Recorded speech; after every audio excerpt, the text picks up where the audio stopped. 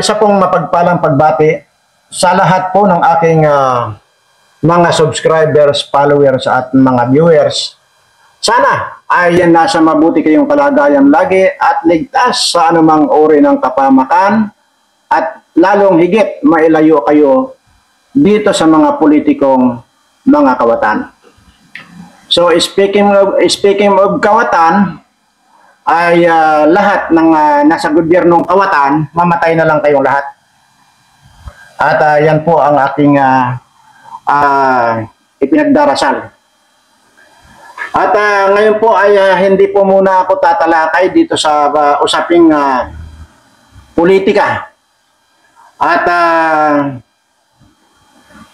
bagamat parami na po ng parami yung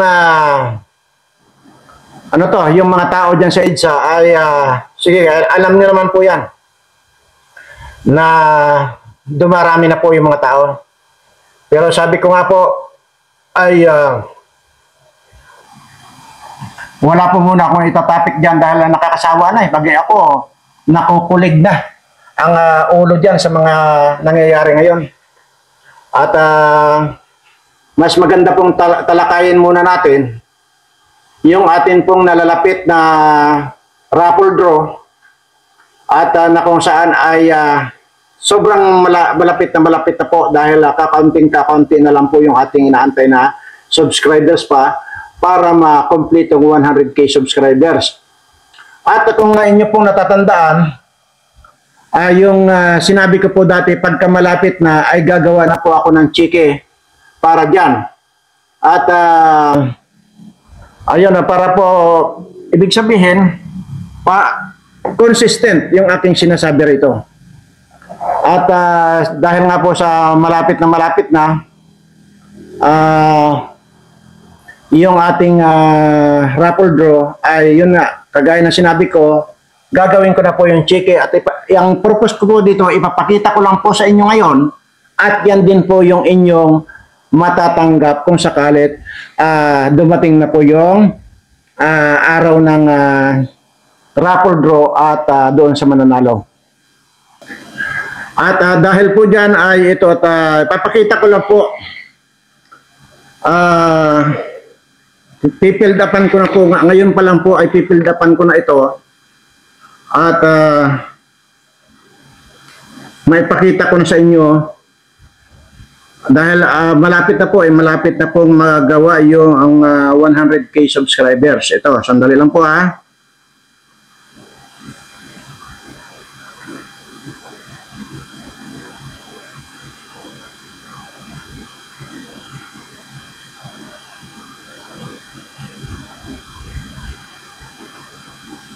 Ayan.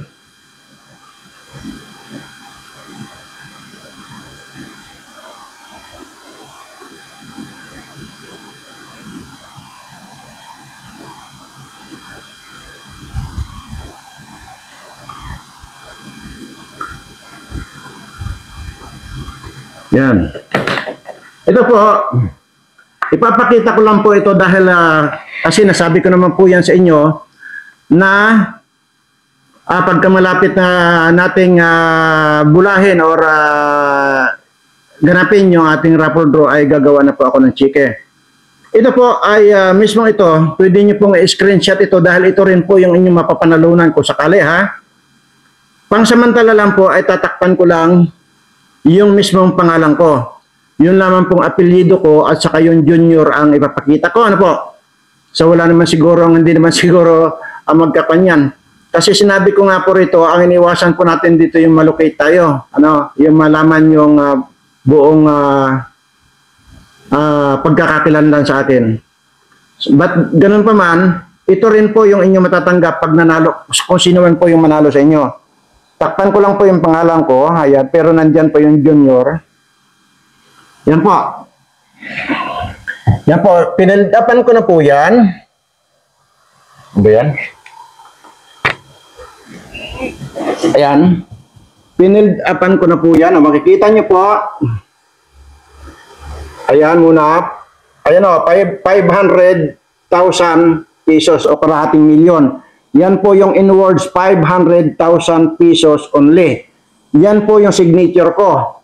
So tandaan nyo po yung signature ko na yan at i-screenshot nyo po yung mismong serial number po ng checking ito. So yun po yung pangalan ko, Birana Junior. Oh. Nakalagay po rin Birana Junior. Yun lang po ang pangalan ko, ang tinakpan ko kasi nga sabi ko nga po sa inyo na baka malukit tayo. Nakapangalan po yan, nakapangalan ko po itong checking ito. At yun, sabi ko, screenshot mo na ito. Yun, yung serial number. Halaga, in words, 500,000 pesos only, signature ko. Ngayon po, hindi ko po muna nilagyan ng date kasi nga po, i-date po natin yan yung time na i-deliver na po itong checking ito sa inyo, doon po sa mananalo. Saka ko na po lagyan ng date. Yun po, nandoon po yung date sa taas. Oh. Wala pong date muna. So, yan lang po pangalan ko mismo para hindi po makuan yung buong pangalan ko mismo, yung apelyido ko lang at saka yung junior po nandyan. So, ibig sabihin sa akin po ito. At ito rin po yung signature ko. Yan. So, pwede nyo pong screenshot yan para sa ganun ay yan din po yung ipapadala sa inyo kung sakali manalo na kayo. Ayan, nandito ko po, hindi po muna natin pipilasin, pero pwede ko na rin pong pilasin ito.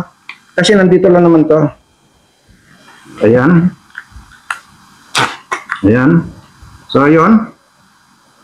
Ayan, nakapilas na. Yan din po yung matatanggap ninyo. Okay? O, yan po. So, yan po ang pag-uusapan natin ngayon. Dahil nga po, excited na rin po ako na magawa na natin yung ating raffle para po may mabigyan po natin. Sana umabot tayo ngayong Pasko na maiparapol yan. At para yun pong mananalo ay siyempre kahit paano ay mabago ang buhay ng kalahating milyon. At kagaya po ng sinasabi ko, pagkatapos po ng raffle draw na yan na 500,000 ay kaunting dagdag lang po ng ating subscriber, ipapasok na po natin yung 1 million raffle draw at kasunod niyan yung 1.5 at kasunod nun 2 million at yung huli yung 3.6 million na halaga ng kamuting dilaw. Ayan po yan. So, kaunting-kaunti na lang po yung ating idadagdag at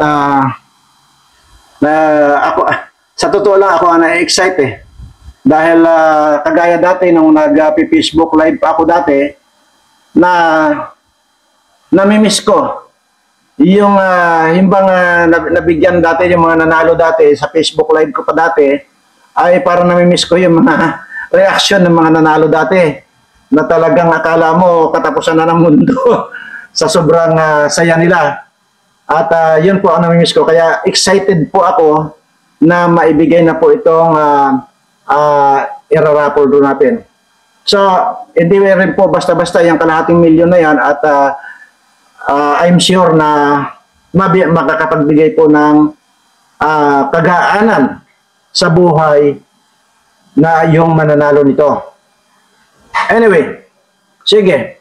At doon naman po sa niremind ko kung yung dahil Biyernes kahapon, niremind ko rin yung kahapon, nasa sa inyo po yan. Kung gusto nyo ituloy yon, yung itinuro ko, ituloy nyo lang po dahil yun ay siguradong makakatulong sa inyong mga sarili-sarili.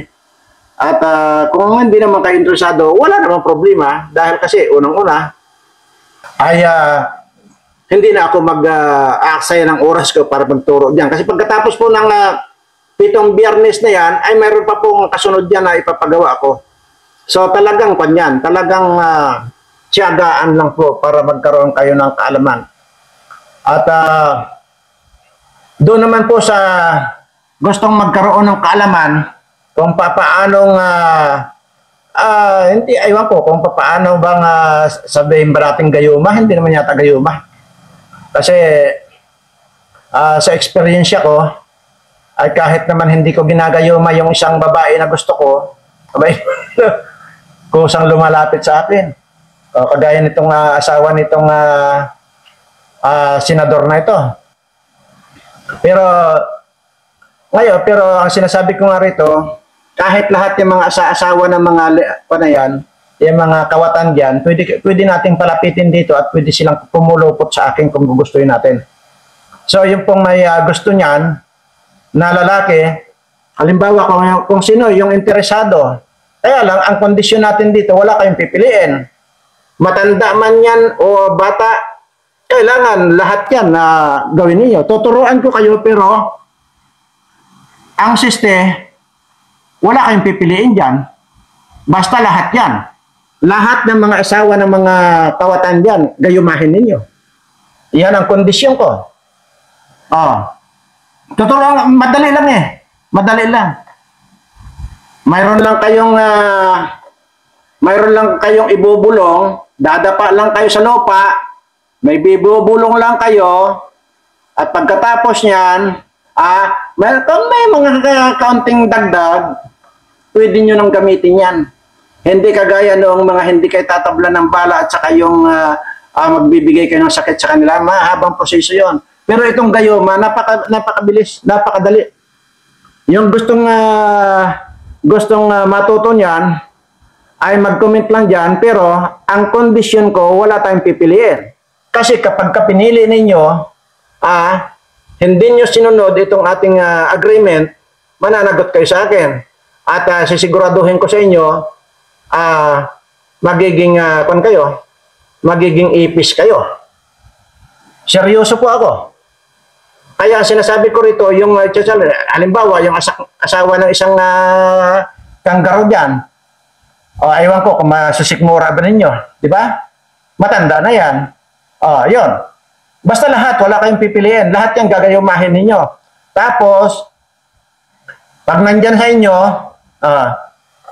tawagan nyo ako, habang nakikipaglampungan yan, kasi wala nang hiya yan. Pag oras na nagayuman ninyo, walang hiya-hiya na yan. Kahit na nandyan ang tao ko na magbibideo sa inyo, wala nang hiya-hiya yan. Kasi masyadong in love na sa inyo yan. Mababaliw yan pagka hindi nyo kanyan. Pag hindi nyo pinatos yan. Oras na ginayuman ninyo yan. Yun ang ko. Yun ang challenge ko sa inyo. Paano kung halimbawa ito si Butod, halimbawa ay masikmura. Aywan ko kung masisikmura ba ninyo yung itsura niyan. Di ba? Halimbawa yung isang asawa ng congressman dyan na yung parang bayawa kang itsura na nagpapastor-pastoran, ay may asawa pa ba yan? Baka sigurado matanda-matanda ng asawa niya, masisikmura niya ba yan? Yan ang tanong ko sa inyo. Madaling-madali lang ang gayuma. Sos, kahit nakapikit ako, pwede ko kayong turuan yan, ang paggayuma. Kaya nga, di ba? Doon sa nakaraang vlog ko, kahit na dinaan ko sa pabiro, pero mayroon akong, yan nga, sinasabi ko, 999 na naging ex ko. Di ba? Di ba? Pero hindi ko pa ginagayuma yun. Hindi ko pa ginagayuma yun. Kusa lang yun sila na lumapit sa akin. Ano pa kaya kung ginayuma ko yung ngayon? Di ba? Ito nga ang asawa ng senador na ito, hindi ko pa ginagayuma yan. Pero pumapulupot sa akin yan. Iba yun eh. Sos, kung meron kayong paniwalaan, ay hindi kayo dapat maniwala dito kay Abi. Ako ang paniwalaan nyo dahil unang-una kung experience ang pinag-uusapan natin, yung ba na 175 years old ka, di ba? Alam ko yung sinasabi ko. Sino? Mag-comment yan. Basta, kaya mo. Ngayon, wag mo lang kukortahan. Yan ang pan ko dyan. Yan ang isa pang kondisyon ko. Wag mong kukortahan kasi masama yun. Baka naman na gagamitin mo yung panggagayuma na yan para kwartahan mo lang yung yung asawa ng congressman yan. Ewan, ang purpose lang natin dito, yung mapaibig mo na yung mababaliw yan kapag ka tinalikuran mo. Oh, kahit harap-harapan na nandyan yung asawa niyan, kakapit at kakapit sa iyo yan. Kahit pahaltakin ng asawa niyan, hindi aalis sa iyo yan. Yun. Siyempre, kung halimbawa ikaw naman ay mahirap, pwede ka lang tumanggap din ng yung para pang sarili mo. Halimbawa, kailangan mo pagkain mo or nagre-rent ka halimbawa ng bahay. O hindi naman masama yun. Pero yung sasabihin mong kukwartahan mo talaga, kasi oras na nagayuma mo ito, wala kang sasabihin na hindi susunod yan. Kahit napatayin niya yung asawa niya yan, na politiko na yan. Basta masunod lang yung iyong hihilingin sa kanya. Halimbawa, hilingin mo sa kanya, yung mga ginto mo dyan, yung mga mamahalin mong relo, yung mga asawa mo, kunin mo, nakawin mo lahat yan, mga pira ng asawa mo, ibigay mo sa akin. Susunod at susunod yan. Pero hindi, wag natin gawin yon. Ayaw ko magturo ng kawalang hiyaan dito. Ang kaya ko lang tuturuan kayo para maipakita lang dito kung paano natin walang hiyain itong mga walang hiyang ito. Total mga walang hiya naman yan eh. Parang kumbaga, ibabalik lang natin yung katarantaduhan at kasakiman na ginagawa nila. Yun lang. Sa pamamagitan ng pagtarantado sa mga asawa nila. Siguro naiintindihan niyo yan. Di ba? Parang hiyain lang natin sila. Akala nyo ba sasabihin na yan na, sige, sa iyo na lang yung asawa ko. Walang problema yan. Kahit na hindi. Dahil apektado sila. Mababaliw din sila. Dahil yung asawa nila pumunta sa iyo. Halimbawa, yung asawa nitong Kwan, mukhang bayawak na pastor na yan. Pumunta sa iyo, sasabihin ba na mukhang bayawak na yan? Sige, sa iyo na lang, total matanda na yan. Sabihin ka niya, hindi. Apektado siya, mababaliw siya. Una, yung hindi niya kayang tanggapin na pumatol yung asawa niya sa iba na samantalang matanda na. Pangalawa, mahihiya yan dahil doon sa mga anak nila. Kaya, yan ay mababaliw yan. Di nakaganti na tayo. Pag nabaliw yan, mga yan, saan papupunta yan? Di sa mental hospital, kung lahat yan. Lahat ng mga asawa nila, mga gayuma mo. Di ba? Ayan, kung ako dito, ito ang pinakamadali. Yan yun. Sino yung may gusto? Halimbawa, ito si Butod. Gayumahin nyo. Pero ito, uulitin ko. Pwede ka lang pakainin, pwede lang mo pabayaran yung halimbawa inuupahan mong tirahan mo. Huwag mo lang huhututan ng limpak-limpak na pira kasi wala silang magawa. Kahit anong hilingin mo, ibibigay niya sa iyo. Pero huwag mong gagawin dahil mananagot ka sa akin. Hindi po ako nagtuturo dito ng kawalang hiyaan. Ang itinuturo ko po dito, lahat ng kaalaman ko na ituturo sa inyo, gagamitin sa kabutihan. Ngayon, kung ang tanong ninyo, kabutihan ba yung ituturo ko sa inyo, gayumahin nyo yan? Yes. Kasi nga, mga tarantado naman yung mga yan. Yan ang mga nagpahirap dito sa mga kababayan kung mga mahihirap na nga, lalo pa nilang pinapahirapan. Kaya ganti lang yan. Walang masama doon. Ang masama kung huhututan ninyo. Mas maganda kung mayroon kayo 10. Kasi kung iisa lang na magka-interest dito, ay putang ina. Mag-ilan niyang congressman dyan. Halimbawa yung lahat ng congressman dyan, 360. Kung 360, sa isang magayuma mo lahat yan, nandiyan sa iyo, mahirapan ka. Ay mas maganda, kung may mga 10 kayo na tuturuan ko nito, ay di mas maganda. Para hati-hati kayo doon. Ay pabilhin nyo araw-araw na masarap na pagkain.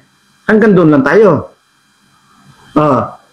Sabihin nyo, bili ka ng ganito, pagkain na, halimbawa, litson baka, litson baboy, litson bayawak, litson buhaya, ganoon. Okay tayo dyan. Basta pagkain. Huwag lang yung paulit-ulit. Kasi kaya ako inuulit-ulit sa inyo, sinabi ko na po sa inyo, kung ano yung kaalaman ko, ituturo ko sa inyo, pero may kondisyon tayo na huwag nyong aabusuhin yung inyong kaalaman. Dahil kapag nagkaroon na kayo ng kaalaman na ganito, at ginamit nyo yan sa panghuhot-hot or para yumaman kayo, manghot-hot kayo, sa akin kayo mananagot. Anong mangyayari sa inyo? Gagawin ko kayong ipis. Ganun lang kasimple. Ngayon, yung yung makakapanood dito na magbabasa sa akin, mag-comment rin dyan kung gusto mo makipagkita sa akin at sabihin mo halimbawa, bibigyan kita ng sample, ikaw gagawin kitang bayawak, pwede kitang gawing bayawak.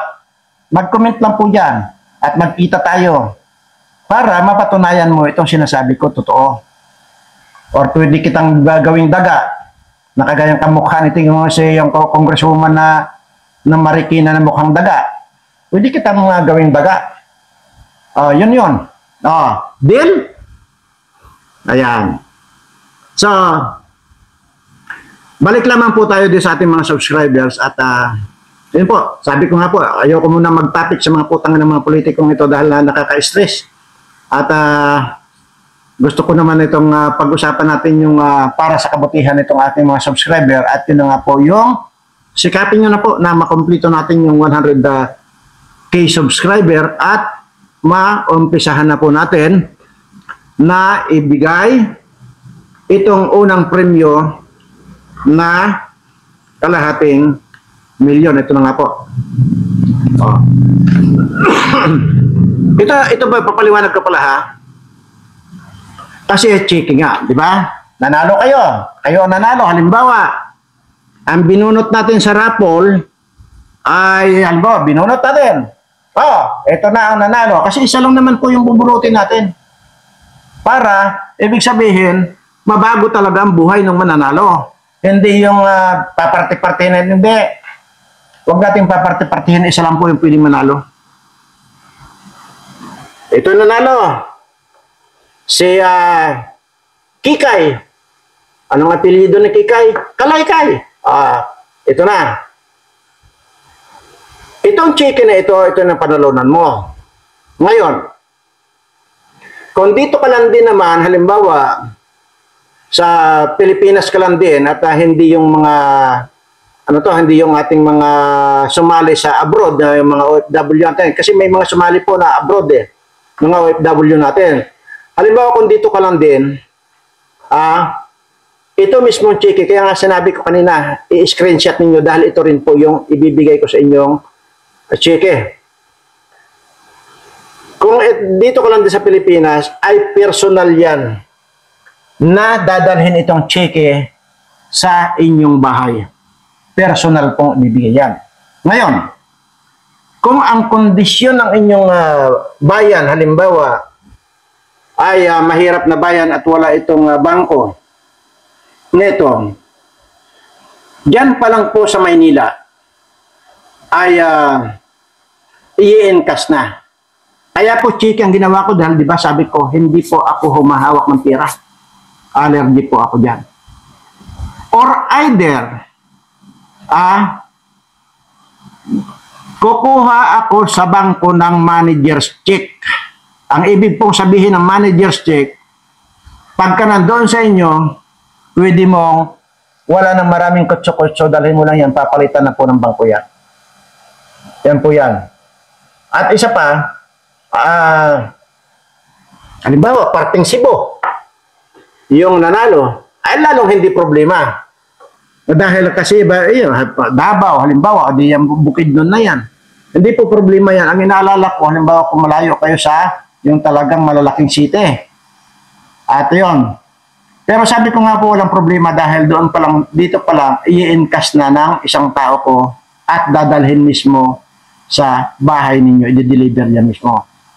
Kaya ko po sinasabi na itong pinapa-screenshot ko kasi ito rin po, tingnan nyo, pagkatapos nyo po ma-receive yan, Picturean nyo po yan.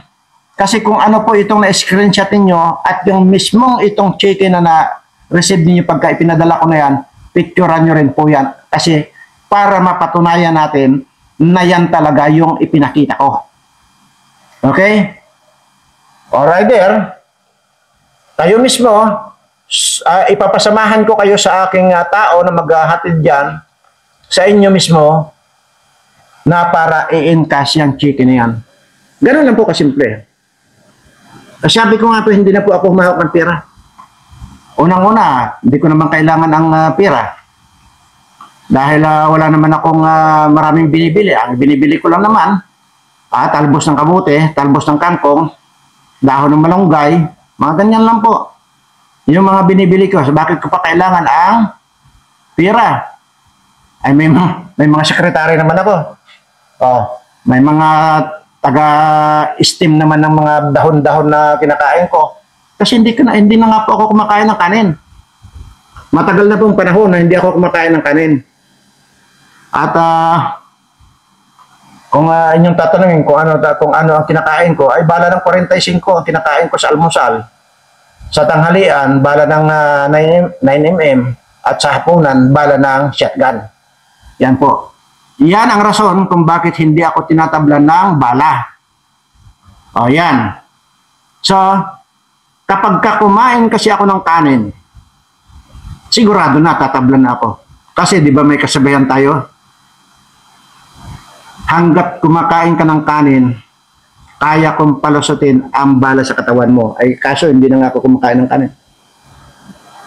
So, yun. At sana po naintindihan ninyo. At yun, basta yung challenge ko sa inyo kung gustong magpaturo ng gayuma, ituturo ko sa inyo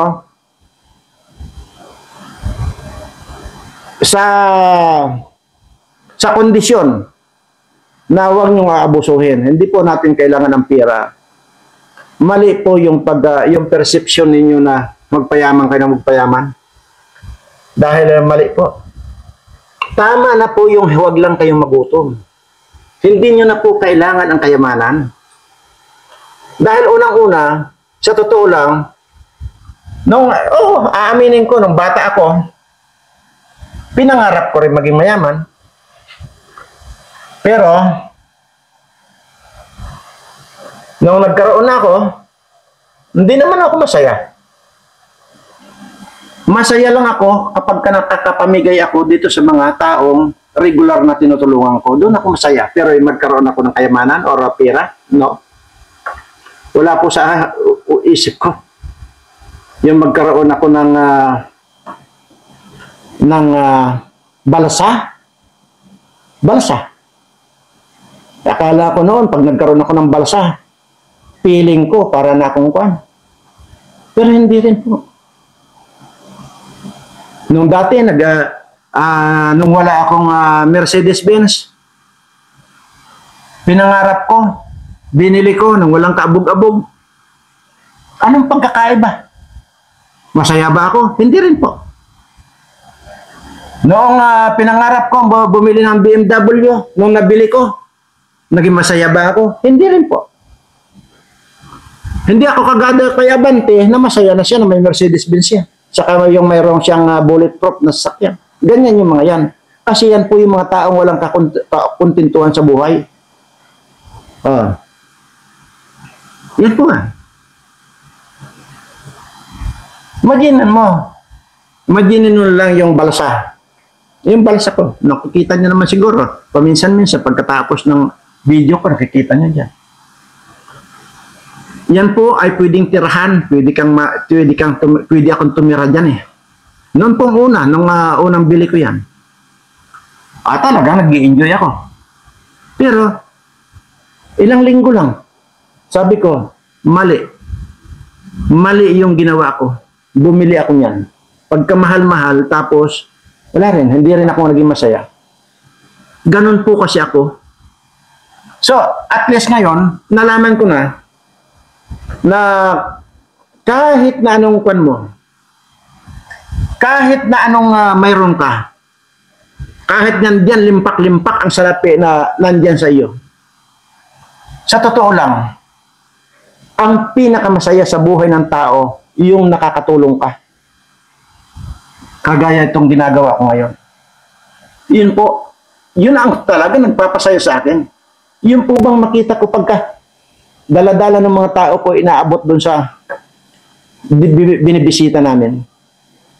Yun po bang halos lumuhod na sa pagpapasalamat. Pero hindi ko po hinahayaan nyo na halos lumuhod na, halos maglupasay na, halos iiyak na dyan sa sobrang kasiyahan. Inaawat ko po yan. Alam niyo po ang sinasabi ko. Huwag ninyo akong pasalamatan. Dahil lang doon sa binigay ko, huwag na huwag. Ang pasalamatan po ninyo ay ang ating Panginoon sapagkat sa Kanya po galing lahat yan. Yan po ay dumaan lang sa akin.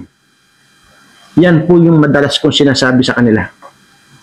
Pero ganun pa man yung iba, ang titigas ng ulo, ayaw naglulupasay na, nag-iiyak na sobrang saya. Pero hindi po. Ang sinasabi ko na lang, para maawat ko lang, ang sinasabi ko na lang, panakot ko na lang, sasabihin ko, oh sige, yung binigay, bawiin nyo, ikarga nyo ulit dun sa sasakyan. Yan na lang ang panakot ko sa kanila para hindi na umiyak. Oh, ganun po. Kaya ngayon, unti-unti kong namomotivate sila na yung mga binibigay na galing sa akin ay hindi po akin yan. Galing po yan sa ating Panginoon. Doon ko po unti-unti silang naipapakilala at na yung mga biyayang dumarating sa kanila na galing sa akin ay galing sa Diyos yan. Yun po, doon ko po sila na unti-unti naturuan. At hindi ko po hinahayaan na mag-iiyak sila. Bakit? Hindi ko masisi. Dahil sa sobrang tagutuman nila, tapos bigla akong darating doon na mayroon silang may pangsaing na isang buwan na silang hindi nakakain ng kanin. Siyempre talaga matutuwa sila. Pero sa halip na hahayaan ko yon, hindi po. Minomotivate ko sila. Sa Panginoon kayo magpasalamat, hindi sa akin. Yan po yan. Kaya yung po mga panayan, sinasabi ko nga po rito, ako po yung taong mayroong kakuntintuhan. Katunayan, madalas nyo pong narinig yan sa mga dating mga vlog ko. Paulit-ulit ko pong sinasabi yan, na Lord, stop mo na ang pagbibigay ng blessing sa akin. Nandiyan po yan sa mga vlog ko. But instead, lahat ng bagay or lahat ng blessings na bibigay mo sa akin, idiretso mo na dito sa lahat ng mga subscriber ko. Madalas yung naririnig sa akin yan. Dahil yun ang totoo na laman ng puso ko. Yan po yan. Kaya nga po kaya kung lang, ngayon ang ko katunayan, yun naman po mayroon akong masakyan na simple. Yung mayroon akong halimbawa may pupunta ako kung saan. Mayroon akong masakyan, okay na sa akin. Sa totoo lang, kahit naman hindi ako politiko, pagka ginagamit ko yung BMW ko, hiyang-hiya ako. Kaya madalang, nandiyan nakakulambo na lang yung akin doon sa isang garahe ko. Nandun po. Tinakpan ko na lang kasi nahihiya ako. Yung Mercedes-Benz, latest model ng Mercedes-Benz, minsan na ginamit ko, hiyang-hiya ako. Pero yan ay hindi ako politiko na alam ko sa sarili ko na wala akong ninakaw sa gobyerno. Yang pera na yan ay talagang akin. Pinambili. Pero nahiya po ako. Lalo kung may makikita po ako dyan, halimbawa yung mga namamalimos dyan, sa daan, Diyos ko. Kung pwede lang butin ko yung paliparin ko agad yung sasakyan ko kung sa Mercedes man ako nakasakay o sa BMW, gusto ko nang paliparin para makarating na ako sa garahe. At yung napakadalang ko pong gamitin nila. Pag may problema lang po yung simpleng sasakyan ko, ay saka ko palang magagamit yung Mercedes or either BMW. Kasi nahiya nga po ako. Kung kaya ko nga lang mabisiklitahin, magbibisiklitan lang ako eh. Ganun po ako eh. So, yun po. Kaya naman siguro, patuloy ang pagtitiwala sa akin ng ating Panginoon. Kasi nga, alam niya. Alam niya na isa akong tipong hindi mapagsamantala. At bagkus, yung may binibigay niyang blessing sa akin, yan naman yung mga itinutulong ko sa ating mga kababayan. At kitang-kita naman po niya yan. Yan po ako. Yun po palang yun po palang mga, ilan po ba yung mga subscribers ko dyan sa Mindanao?